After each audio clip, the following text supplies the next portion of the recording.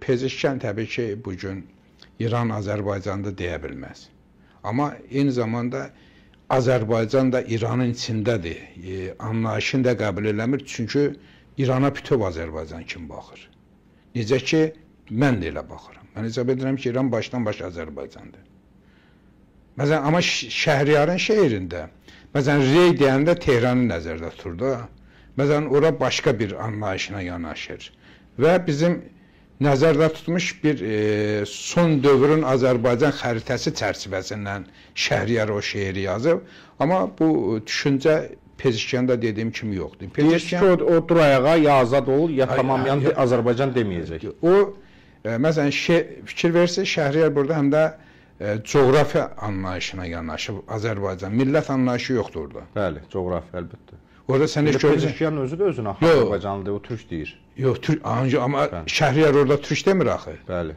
O millət olaraq demir axı, ərazi olaraq. Ərazi olaraq deyir. Amma məsələn üçün türklər haqqında desə, Şəhriyar yazad olmalısan türk üçün desə, yəni əsarətdədir türk. Amma hansı coğrafiyada? Azərbaycan coğrafiyasında. Yəni İran Azərbaycan adını mənimsəyib olub İran. Amma əslində başdan başa Azərbaycandır. Əsarətə düşən torpağımız deyil. Ərazimiz bütöv qalıb. Əsarətə düşən millətimizdir. Şuuru, düşüncələr əlindən alınıb və başqa güclər tərəfindən idarə olunur. Burada millət azadlığını qazansaydı, millətin azadlığından danışılsaydı, Şəhriyarın şeirində, mən də Şəhriyarın o şeirini qəbul edərdim. Bu anlayış bugün İran adlanan Azərbaycanın bürokratiyasında olan türklər tərəfindən dəstəklənir. Yəni, dövlət içərisində olan türklər, bütöv İrana sahiblənmə duyğusu onlarda çox güclüdür. Onlar hesab edirlər ki, bu dövlət türk dövlətidir. Yəni, dərinlikdə olan, mən türk gücündən danışıram. İran adlanan Azərbaycanın bugünkü dövlətin içində olan bir Azərbaycan dövləti anlayışını daşıyan böyük dövlət xadimləri hesab edirlər ki, onlar İranı Azərbaycan eləməlidirlər. İran adlanan Azərbaycanın hansısa bir hissəsini də kiməsə vermək niyyətləri yoxdur. Bu düşüncə Pezeşkanda da var. Pezeşkan hesab edir ki, o türkdür. Dəfələrlə açıqlama verir ki, mən anam da türkdür, atam da türkdür, mən Azərbaycanda doğulmuşam. Pezeşkan hesab edir ki, İran başdan başa türk yurdudur və İrana bütün türklər sahiblənib hakimiyyət ələ almalıdır.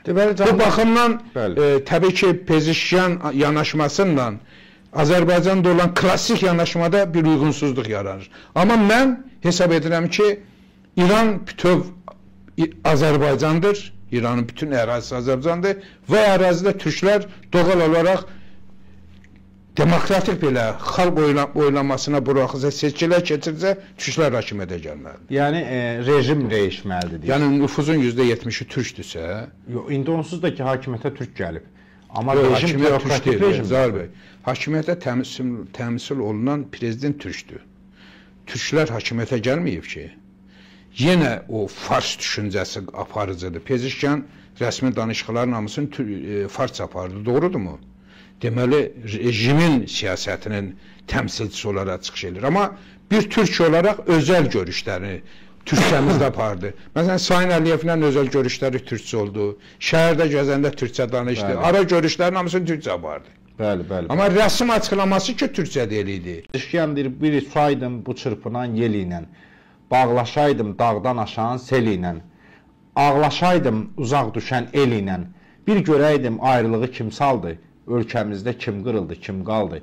Erdoğansa deyir ki, arazı ayırdılar, dil ilə doyurdular. Mən səndən ayrılmazdım, zor ilə ayırdılar. Gəlin indi bunu müqayisə edək. Erdoğanla Pezeşkan bizim üçün, yəni istəyərdim bu iki şəxsi müzakirə şərh edər. Zahir bəy, bu bilirsiniz ki, Erdoğan liderliyini bütün dünyada təsdiq edir. Tək Cumhurbaşqanı kimi deyil, həm də dünyanı dəyişən liderdir. Bəli. Həm vizyonunla, həm davranışlarınla, həm də düşüncələrindən və həm də davasından bugün gerçəkdən dünya liderlərindən biridir və 3-4 liderdən biridir, belə deyək. Amma Pezeşkan təbii ki, bir türk kimi, bir insan kimi, təbii ki, Sayın Erdoğan'a oxşar cəhətləri var. Amma hələ Pezeşkan lider deyil. Pezişkan böyük liderin kölgəsindən hələ çıxmayıb. Pezişkan bugün hələ də Xamneyinin kölgəsindədir. Hələ də Pezişkan başının üstündə bir Xamneyi gücü var. Və eyni zamanda bunu özü də etiraf edir. Yəni, hətta burada da dedi ki, mən bura gəlməmişdən qabaq gedib xalalıq almışam, o mənə xeyir dua verib, nələri danışmaq lazımdır, o mənə deyib, biz ortaq qərara gəlmişik ki, mən necə çıxış eləyəcəm. Bu da ondan xəbər verir ki, hələ Pezişkan müstəqil lider deyil. Amma Pezişkan liderləşmə prosesi başlayıb. Dünənə qədər Azərbaycan daha hər yerdə dünyada Pezişkan'a hamı belə ikinci kimi adam kimi baxırdı. Amma artıq dünya siyasətində belə Pezişkan ciddi qəbul olunmağa başlayır. Artıq eyni zamanda fikir versiniz, Pezişkan səhnədə olduğu dövr Xamneyi də onun qarşısına çıxıb hələ danışmır, açıqlamalar vermir. Daha çox ön planda Pezişkanın görünməsində maraqlı görünür. Xamneyi yaxın gələcək siyasətini bugün Pezişkan üzərindən dizayn edib həyata keçirməyə başlayır və təbii ki, hər kəs də bilir ki, bu Pezişkan özü deyil. Pezişkanın içində də bir Xamneyi var. İndi Pezişkanın içindən o Xamneyinin çıxma prosesi getdikcə hiss olunur. Yəni, hələ Xamneyi Pezişkanın içində qalır, şuurunda, düşüncələrində, siyasətində və eyni zamanda artıq Pezişkan həm də yarı müstəqil siyasət aparmağa çalışır. Bir çox məsələləri, dəməsləri verir, o açıqlamaların içərisində həm də özünü göstərmək istəyir. Məsələn, şeir deməyi də o qəbildəndir. Şeiri deyəndə demək istəyir ki, bax, əsl Pezişkan budur. Rəsmə çıxış eləyəndə deyir, əsl Pezişkan bu deyil.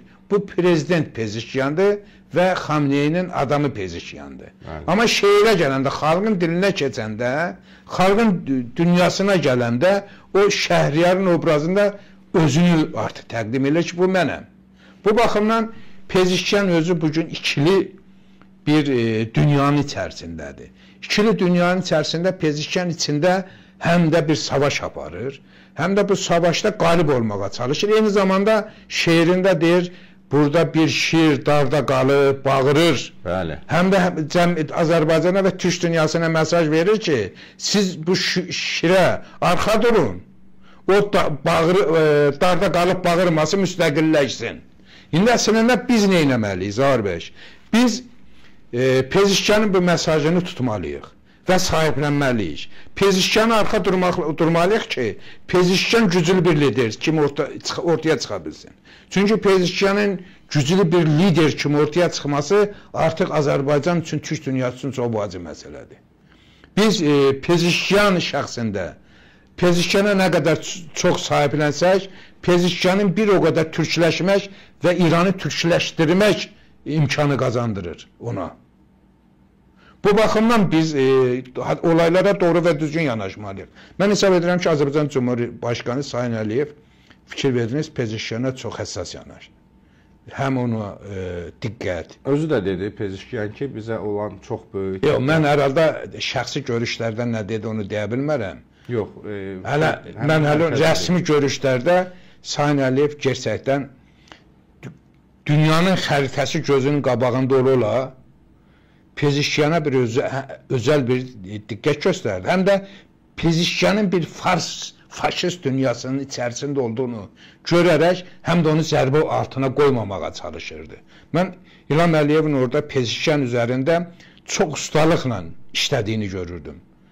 Həm Pezişkana önəm verirdi, Pezişkan üzərindən bölgə siyasətində onu dəstəkləməyə hazır olduğunu bildirirdi, həm də istəmirdi faşistləri onu əzsinlər. Ona daha çox üstünə gəlsinlər. Mən onu görürdüm, amma təbii ki, özəl görüşlərdə mən inanıram ki, çox ciddi söhbətlər olur. Hətta belə fürsət qazanıb hansısa yollarla bəlkə iç söhbətlərini edə biliblər. Mən bu mümkünsüzdür, ediblər hesab edirəm. Belə bir durumda təbii ki, biz bütöv bir Azərbaycan olaraq, Türk dünyası olaraq çalışmalıyıq ki, Pezişkan şəxsində İran faşist çətəsinin tam mərkəzində elə bir türk gücü formalaşdıraq ki, o türk gücü yaxın gələcəkdə İranı bütünlüklə idarə etməyə və hakim olmağa nail ola bilsin.